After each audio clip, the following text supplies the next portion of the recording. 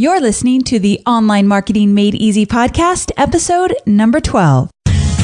Welcome to the Online Marketing Made Easy podcast. Business advice so easy, you'll feel like you're cheating. And now your host, Amy Porterfield.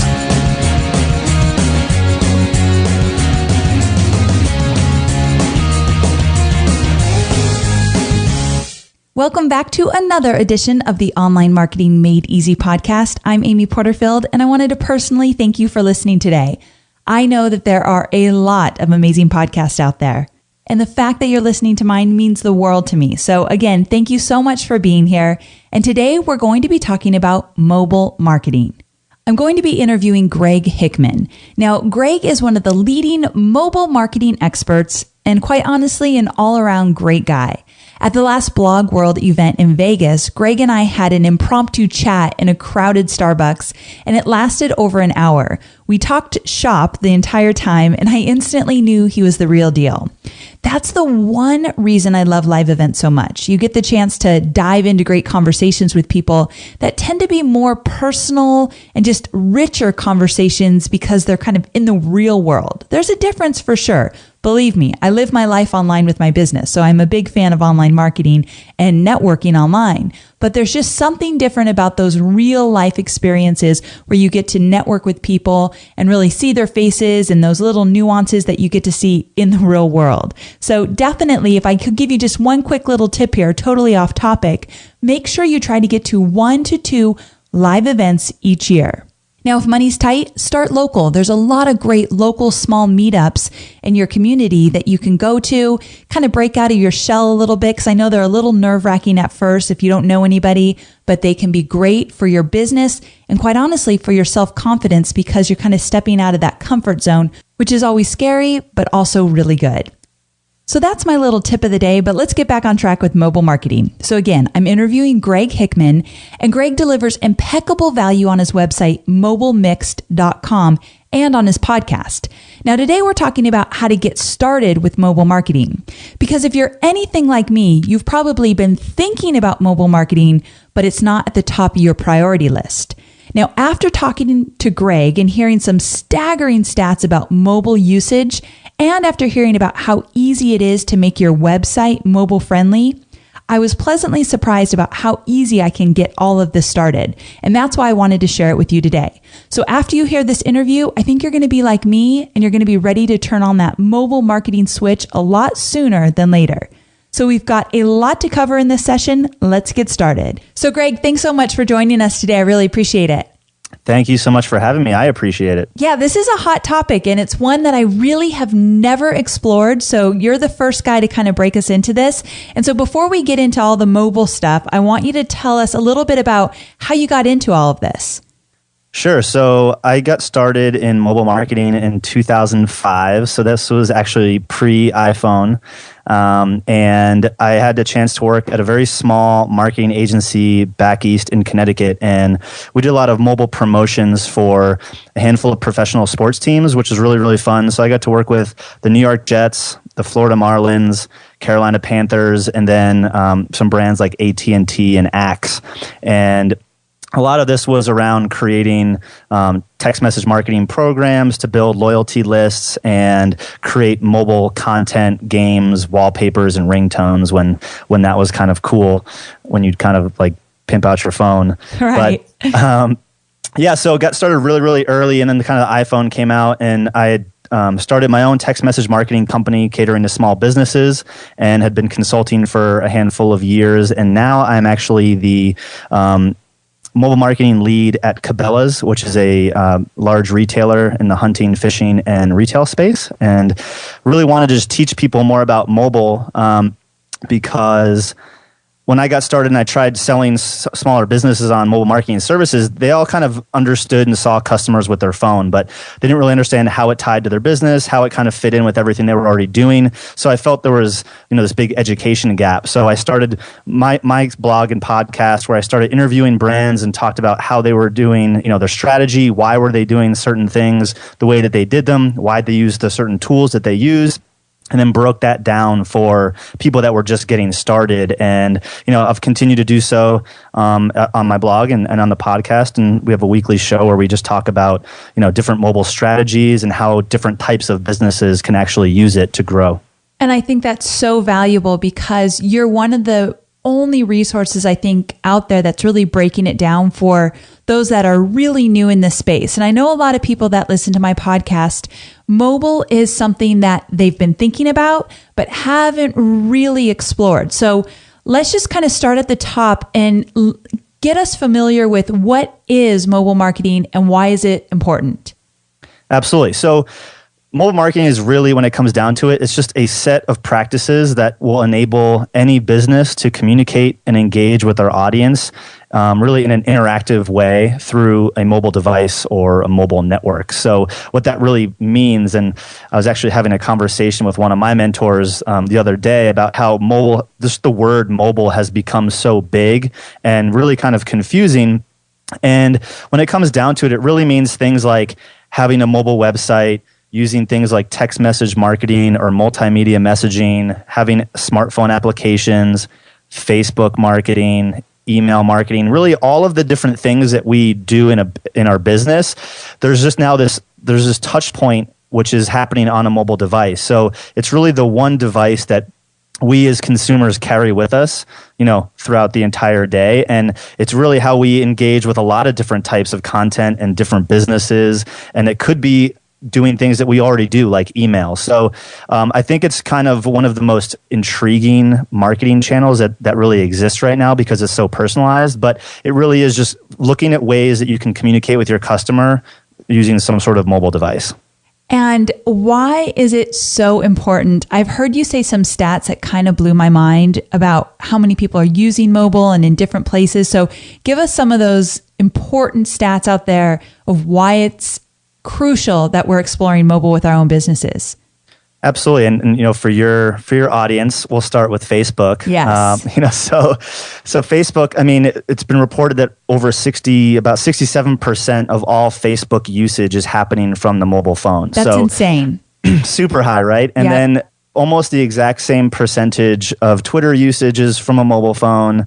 And then you look at something like YouTube, which is, video, 25% of global YouTube views are happening on a mobile device.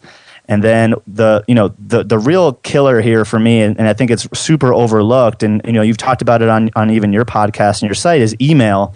And right now, depending on which source you're looking at, it's anywhere from 41 to 45% of all email opens are happening from a mobile phone. So, as online business builders, we always talk about the money's in the list, how important it is to, capture those emails and all of that. And when you have almost half of your, approaching half of your audience that's going to be opening that email from a mobile phone, if you aren't following some specific practices, you could be, negating, half of your audience. So just little things like that, really can go a long way that people probably aren't even thinking about, or at least yet. So, just the way that we use our mobile device now is really the reason that everyone needs to really be considering this. And I'll give you an example, and I want you to tell me if this is you, because this is totally me, and every single person I talk to is the exact same way. Okay. Do you wake up to your phone alarm? I do. Okay. So then do you grab your phone and within maybe the first 30 minutes look at email? I would love to lie right now and say I don't, because that's such a bad habit, but 100% I do that. Okay. So then do you have an iPhone? I do. Okay. So for all the iPhone users, and I forget exactly the same process applies for if you're using different phone, but essentially what you do is you click that edit button in the top right corner, and then you see all those little circles that kind of go down the left side of your phone, and you tap as many of them as possible that you think are emails that you don't need to deal with that morning or what have you, that didn't catch your eye, that just don't seem important, and you click delete, and you delete probably 5 to 15 emails all at once, instantly. Right before, probably before you get out of bed. Yeah, it's really ridiculous. I can't even believe I'm admitting this, but that's exactly what I do. And I'm just like delete, delete, delete, because who wants more emails that they're not going to read? Exactly. It's stressful. So it's actually become, the mobile device has become a filter for what emails we actually let into our inbox when we're finally sitting down at our computer to like really engage with email. So, I think for anyone that's building a business online, that's totally something that you need to consider, because if you're sending emails out early in the morning, your email could be one of those that's getting deleted if you're not following some of these best practices that we'll talk about here in a little bit. Okay, that's great. I just made myself a note because I got to talk about that whole filter strategy when we get to that part. That's good stuff. And you mentioned, over 60% of people are accessing Facebook on a mobile device. And I've talked about this before, but anyone listening that kind of follows me because of my Facebook marketing strategies, the reason why that is such an alarming number to me is that I also teach how to create custom applications on Facebook. And the reason why these custom applications are so important is because that is an opportunity for you to collect names and emails, like create a little lead opportunity list on a custom app. And when you're looking at Facebook on a mobile device, those custom apps are not automatically accessible. You're not even seeing them. Now, there's a way around this, and we'll get there in a minute, but really that's so important to know that you're missing a lot of what's going on a Facebook desktop versus mobile, right? Yeah, absolutely. And you're the Facebook expert. Some of those things I probably don't even know about, to be honest. But I mean, it's just, if you actually look at, every once in a while I go look at some of the big brands that I follow, or even kind of people like yourself, and you look at the comment threads on Facebook, and in the bottom it says like the date and time, and if it's from a mobile device it usually says via mobile. You start counting those up and you can see that's usually over 50% of the time that it's coming from a mobile device. So just the way that you engage with people, where you're engaging with them, having that mindset of, hey, someone might be doing this from a phone, could and should make you think about the way that you're posting your content, maybe the length of content and things like that could affect conversion at some point in your funnel. That's so true. And I think that this is going to become, accessing Facebook on a mobile device is going to become even more popular as we, get going with, I think mobile is just getting the attention of online marketers. And so I'm saying here, it's going to get even bigger. And the reason why I know this is because about 6 months ago, I posted on my Facebook page, are you reading this post from a mobile device or your desktop? And I replied to that. Did you? Okay, because I recently did it. But when I did it 6 months ago, most people said desktop. You probably saw it recent, right? Mm-hmm. And it was very split this time. So just within like the last 6 months, I realized, holy cow, like it's already making this big shift. And it made me nervous because I know that, and one of the reasons I'm completely selfish sometimes on my podcast, I invite people on so I too can learn. And this is one area that I really want to optimize. So that's why I was like, I got to get Greg on the show ASAP. So let's kind of dive in and make this a little bit more actionable for people. And when I learned from you, one of the things I learned from you is that mobile is really about making the best possible experience for your online traffic. Whether they come to you from a desktop or a mobile, you've got to be ready for both. So for those that have not yet tackled mobile marketing in their business, where should they start?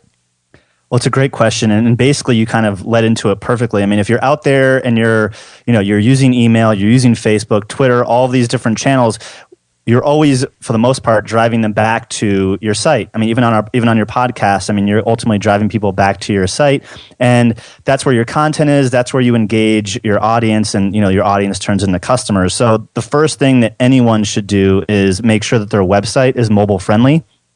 And I'll give you kind of 3 options that you have in order to accomplish this. And depending on your budget, your situation, your timing, your resources, one of these will work for you.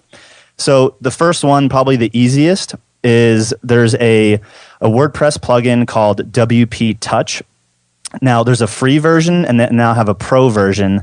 The pro version, I highly recommend if you're going to go this route. It's about $50. It's like a one-time payment, and you have some flexibility on kind of mobile optimizing your site, making it look a little bit flashier than the free plugin, which only mobile optimizes your blog posts. So if you have other things going on in your site, really this plugin only caters to the actual blog portion, but it's a place to start, especially if you have a blog right now and you want to make sure that people can read it from wherever, whatever device they're on.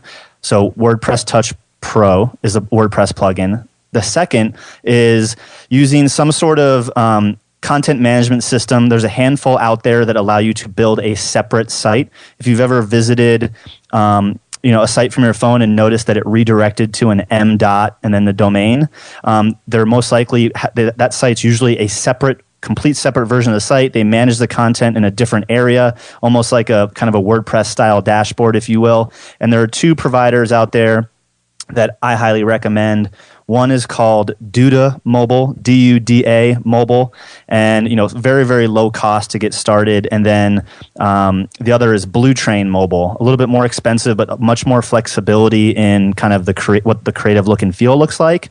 But again, you're kind of creating a separate version of your site. You'd be managing that content to some degree in a separate platform, in a separate tool than, say, WordPress if you're using WordPress. Now, the last one, which is what I highly recommend for content marketers, online business builders, people like yourself, is using responsive design. And responsive design is really available through a lot of different WordPress themes that you can purchase. So if you're going to purchase a theme, look for one that says it's responsive. And responsive essentially means that your site uses one set of code and uses what they call media queries to just detect the resolution and width of the screen that is trying to access your site. And usually what the WordPress themes do is they'll have anywhere from 3 to 4 breakpoints where, if you're on a desktop and you start dragging the bottom right corner of that website window in, you'll see it kind of adjust the content around the size of a tablet, maybe even a smaller tablet, and then down to the smartphone size screen. And you can really get these themes for very, very affordable prices. I use a WordPress responsive theme on my site, and it cost me $75, and that was a premium one. So considering your situation, you have those 3 options. If you just spent a lot of money on redesigning your site and it's not responsive, use the first or second option for now. But the long-term plan or kind of future, I would like to see, or I think businesses should start going in that responsive direction. Yeah, definitely. That's what I've done for my site, is the whole responsive thing. And I've noticed that, and you've probably had this experience, when you go to somebody's site from your mobile phone and it's not mobile friendly, it's like the first thing I do is just click off of it. It's because it's so frustrating. Exactly. And there's a statistic or a report that kind of came out, and I always confuse who it came from. It was either Google or this company called Gomez. And okay. I have it on my site actually. And it's basically, if a user comes to your site and they have trouble accessing it, which can mean maybe it loads too slow, it's not mobile optimized, they have to kind of pinch and zoom, all that sort of thing. There's a 47% chance that they will never come back to your site again from their phone. Wow. Right. So now think about why, you just said wow, but think about really why that's impactful. So think about all the people that maybe find you through your podcast first. iTunes is a search engine. You're constantly up in the top 20, sometimes top 10, top 3 of the best business podcasts. And, if you're sitting there saying, hey, visit amyporterfield.com, and that's the first time me as a listener wants to go there, and it either doesn't load or now I have to start pinching, scrolling, and zooming, my first interaction with you was the podcast. I'm like, oh, this is great content. I need to find out more about Amy. And I can't navigate around your site to find out maybe your about page and who you are, really what you're about, how you can help me further very quickly. Then I'm going to leave. And the chances of me ever coming back again are probably very slim. So, that's obviously where you want to convert people. You're always driving people back to your site. So there's kind of this, really quickly, I'll go through it. There's this hierarchy of mobile users' needs. So myself as a mobile user, what do I need? At the base, you need access. So I need to access your content, right? So I need to be able to navigate around, first get to your site and see what's there. The second is interaction, which really is that navigation. Once I'm there, can I do the things that I'm trying to accomplish? Can I subscribe to your email? Can I get to your about page? Can I go to, other resources on your site? Then you have performance, which is, usually overlooked, and something I caution everyone for when they're using a responsive template. sometimes responsive sites have performance issues. So performance is the third one, and then the last one is enhancement. So this is really the concept that your mobile browser, the mobile device, is different than your desktop browser. So it can do different things. So depending on your business, now you can access location, you can access the accelerometer, you can use different keyboards to make typing in form fields much easier. So if you've ever tried to enter your zip code in a form field from a mobile phone, and you've clicked into the form field and the alphanumeric keyboard came up, that's someone who wasn't paying attention. You could actually trigger the alphanumeric phone pad to come up, which obviously would be a lot easier to quickly enter a 5-digit number, right? Those things like that, you can actually enhance that user's experience just by knowing that they're on that device. Very simple things that would make, opting into forms easier, maybe filling out, shipping and billing or something like that if you have physical products. So those 4 kind of pillars, if you will, of the mobile user's needs are access, interaction, performance, and enhancement. So as long as you meet those, it really doesn't matter which path you take of those 3 options to create your mobile site, because that's what your customer and your audience needs. They're not going to sit there and say, "Oh, I need Amy's site to be responsive," right? They just expect it to be a good experience. So, however you accomplish that, is based on your own business and your own budget and your own situation. So as long as you meet those 4 needs, you should be good. Okay, cool. Because I think that's a great place for people to start. I love those 3 options you gave in the beginning, especially they work for those that are complete newbies and then those that want to kind of go in a little bit deeper. I love the third one, the responsive design. To me, I think that sounds like the best way to go. Absolutely. But I love that you've given some options there. Okay, so once people have made their website mobile friendly, what's their next step? So the next thing I would do, I would highly recommend making sure your email is mobile friendly. I mean, we talked about, that morning ritual, unfortunately, that we go through. So, depending on which email service provider you're using, there are some things from a technology standpoint that could help your emails be more mobile friendly.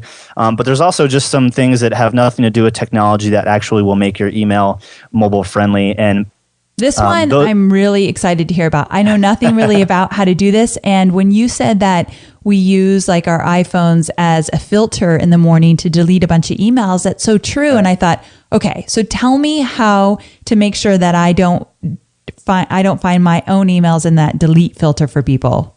What can we do? Totally. So, you'll hear a lot of people first talking about, hey, you can use a responsive email template, which, yes, you can use, and it is great, but they don't see that first. They see, if you look in your inbox, if you look on a mobile phone, most mobile phones, and I really haven't seen one that doesn't do this, first you see the name of who sent the email, so the from name. So in this case, it would probably be Amy Porterfield. Mine go out as Greg Hickman. Usually that you have approximately 25 characters. So that actually is the largest font that will be in this person's inbox. So if you're using some sort of funky from name, news at or whatever, and it's the full email address, I would consider optimizing that to make sure that it's clear exactly who that email is coming from, because that is the largest font, and that's what comes first to kind of the eye when you open your mobile inbox. Okay, great point. The second is obviously the subject line, which you have about 35 characters here, and I usually say about 5 to 7 words. So if you open up your phone and you look in your email inbox, you'll notice that depending on the length of words, you'll see probably about the first 5 or 7 before you get the ... and it gets truncated. So if you're using very, very long email subject lines, make sure that the first 5 to 7 words capture the essence of what the email is that is going to entice me, the reader, to open it. If I can't really tell what the email is going to be about in those first 5 to 7 words, the likelihood of me deleting it or being one of those many that I delete in that morning ritual is obviously going to increase. So make sure it's clear that as a reader within 5 to 7 words, and this is really, really hard. I mean, even I have trouble with this, trying to optimize that, because there's no technical solution for this. This is pure just copywriting, be straight to the point. The subject line will not be responsive. When it knows it's hitting the mobile device, it won't change to something more mobile friendly. It's going to remain the same. So having something that's short, sweet, to the point, that convinces me to open in 5 to 7 words is super important. And then lastly, you'll see kind of the little preview, which is the pre-header of the email. Pretty much all email service providers, Aweber, MailChimp, all of those allow you to have the pre-header, which is about 85 characters. And this is that kind of that preview into what the email is going to be about. So I highly recommend you make sure that you have a pre-header in there that kind of gives the reader some sort of clue as to what the email is going to be. Okay, these are so good because they're so simple, but I've never even thought about that in terms of mobile. So what I did is I opened up my email on my iPhone, and I'm seeing exactly what you're saying. So real quick, that what are you calling that? That pre-header? Yeah. So is that basically the first few lines of your email? So if you don't include a pre-header, yes. It'll start just taking the beginning of your email, but you have the ability in tools like Aweber to add a pre-header, and it's your opportunity kind of to give a brief synopsis of what the okay, I love that option. Do you like that option? Do you think that's better than just starting out with the first few lines of your email?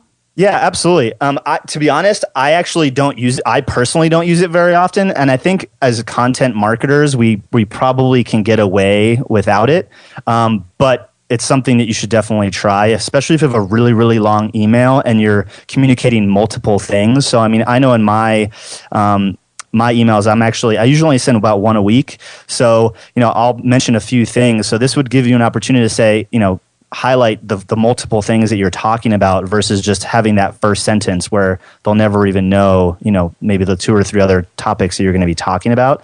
So highly recommend using it. If you look at any brand, if you get any brand newsletters like Gap or whatever, they all have a pre-header that has some sort of message in there. Usually it's like the offer. So if it's like, if the offer is like, buy 2 jeans, get a third free or something, that sort of actionable offer is going to be in that pre-header almost all of the time. So having the call to action there would be a really good strategy. Okay, I like what you said here. I'm glad I asked this question because the more I think about it with my audience and yours as well, I think it's good that they see like, hey, Greg, I'm writing to you today because I want to fill you in on a few tips. Like if it's more personal, I think if they see that as a pre-header coming from someone that they have a relationship with, like my audience has a relationship with me, I think I want them to see the, hey, John, or whatever in that email. Yeah. Does that make sense? I know, absolutely. And I think even to add on to that is that, I can't think of many online marketers that I follow that their emails that I subscribe to that send super graphical emails. Like, they have like nice HTML templates, a few, some of them are starting to, but I actually this is more of a personal thing. I actually like receiving the all text. I think, if I were just to send you, the emails that we exchanged before this interview, like, we're not putting super crazy nice graphics in there. It's just very personal, straight text. We're exchanging conversation that it actually makes me feel closer to you. And because, we are building these audiences and, in a lot of cases, you have very passionate followers and, you continue to build that. Getting just that plain text email is almost like you sent me that personal email, If it always has this cool graphic and this wrapper and all this stuff, I don't know. To me, sometimes that just doesn't feel as personable and as intimate. So I just think that's something just to consider, depending on what your business is. Definitely. So there's a lot of preferences in here, but the whole idea with making sure your name's really clear because it's the largest text and it's bolded, the subject line. And I always try to make short subject lines, but I was never really making them for the mobile devices. So now it's even more important to me to make the shorter subject lines, get to the point. And then that pre-header is really interesting to know. Okay. So those are great points. Keep going. Yeah. And I guess, with email, I'll kind of mention 2 or 3 other things really quickly. One is the send time, and this is something I've just started experimenting with, mainly because that story sits in my head every single time. I mean, I wake up and I do the exact same thing that we talked about. That, for me, that's anywhere between 6 and 7 a.m. And so many articles that I read are like send between 6 and 7 a.m. Be like that first one in the inbox. Oh yeah, I do it every time. Right. So I've actually went back and started looking at my emails, and the ones that at least hit the device like around between 8 and 9 a.m., I'm actually getting more open rates. And this is going to be this is going to skew for every single person. So this is just something you need to test. Right. But I really am sort of starting to believe that because of that morning filter kind of ritual, that maybe as more and more people, at least if your own audience is opening it from a mobile phone, that might not be as an effective time to send. So sending later in the day might be more efficient. And I'm actually starting to see other people do this now too. Not sure if that's the reason, but I mean, I've received emails from Derek Halpern, at like 11:30 in the morning and stuff like that. I mean, almost all of us, I guess almost all of us, are at a computer at that time. I mean, if their audience has a full-time job or whatnot, the likelihood of them being there is pretty high. So I would just test that, knowing that kind of ritual, if it's something that you actually do and you think your audience might be doing. Oh, I'm going to experiment with that for sure, because you're right. We hear so many people tell us early morning be that first email in their inbox. I'm starting to rethink that. And here's what I get so excited about online marketing. Behaviors are always changing as technology changes and the way we market changes. We've got to kind of go with the flow of that. So I think it's a great way just to experiment. Send your emails out a little bit later than maybe you normally do if you're like us, and we would do the 5 a.m., 6 a.m. times and just see what happens. So it's all about experimenting for sure. Totally. And I mean, it kind of as a bigger point, it's, and this is one of the reasons that I started Mobile Mixed in the first place, is that I saw smaller businesses trying to mimic bigger brands' strategies. They would just replicate the exact same thing and they wouldn't get the same results, and then kind of get this bad taste in their mouth about mobile. And, their customers are completely different than, say, Target, right? So, Amy Porterfield's fans, listeners of this podcast right now, aren't necessarily going to be the exact same as, say, a Derek Halpern. So, if you were to do exactly what Derek Halpern does all the time, and that's just an example, because we mentioned him earlier, right? That doesn't necessarily mean it's going to work for you. So, your audience might open their emails at 6 a.m. all the time, and, mine might not. So, again, just something that you have to test, and, with everything in marketing, but I definitely see that a lot in mobile, is just, kind of the Me Too concept. Yes, for sure. Definitely. So this is good stuff. We've got, the first initial question was, where do we start? And making our websites mobile friendly, definitely a must, but also exploring our email marketing, equally important. So I'm so glad you brought that up. I've never really explored that, and it's something I'm going to pay a lot of attention to as well. So we just have a few minutes, but I want to also talk a little bit about our sales pages and our lead pages, because do you agree that's another big part of this? Yeah, absolutely. I mean, as obviously online business builders, content marketers, the website being mobile friendly allows them to engage with us, start, learning more about the content. We're educating them, teaching sales.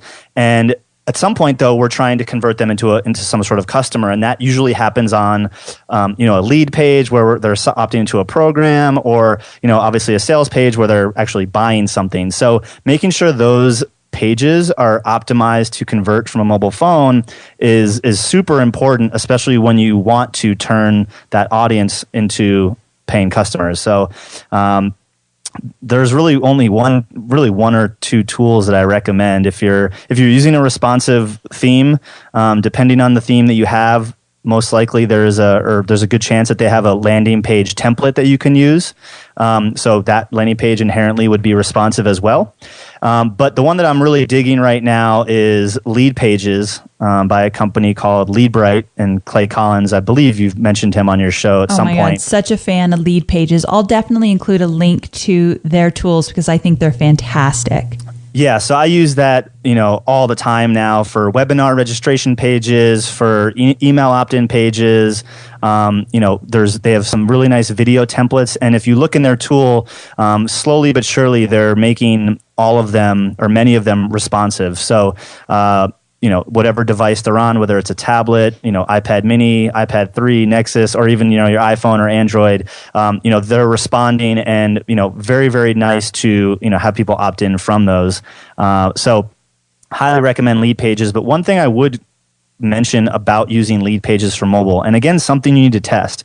Some people are very used to, long form sales pages, but knowing your mobile customer and when you're sending the email and things like that, I would just start recommending for people to test how early they offer the call to action.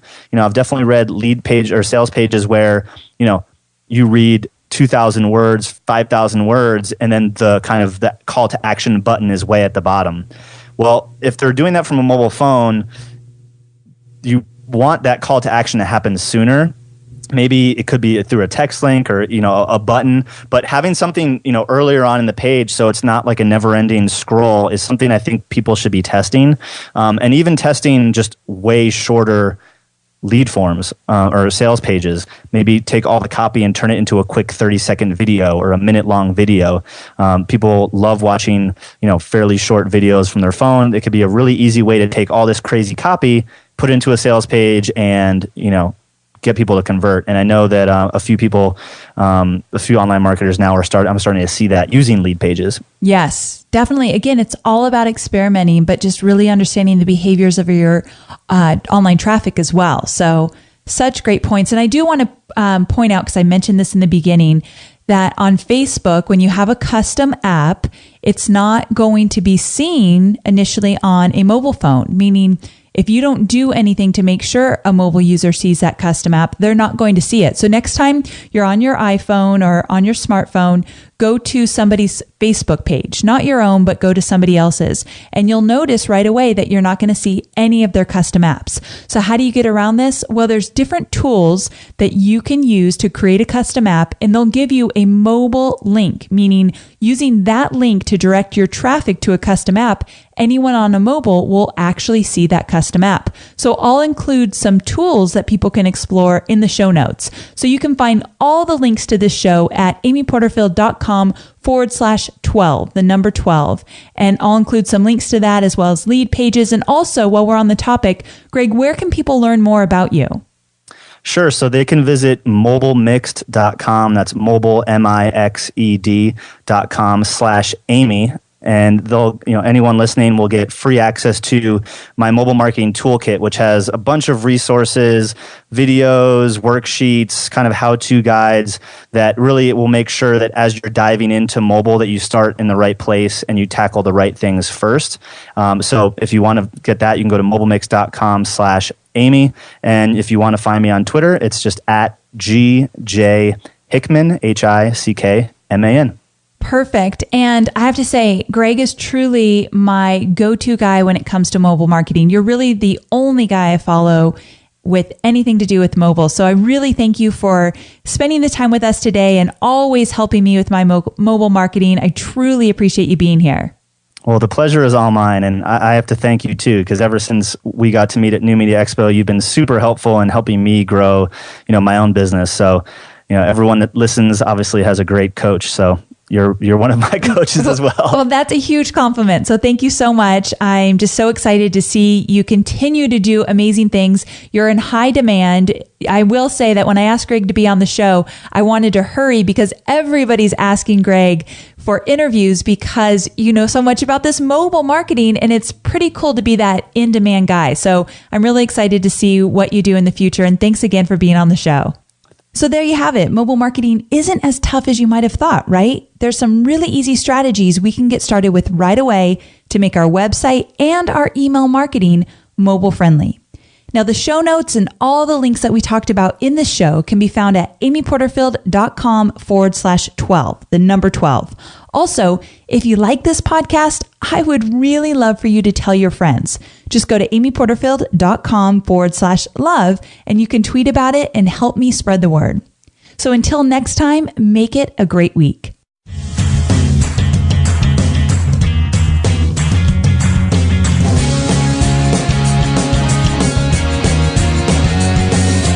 Thanks for listening to the Online Marketing Made Easy podcast at www.amyporterfield.com.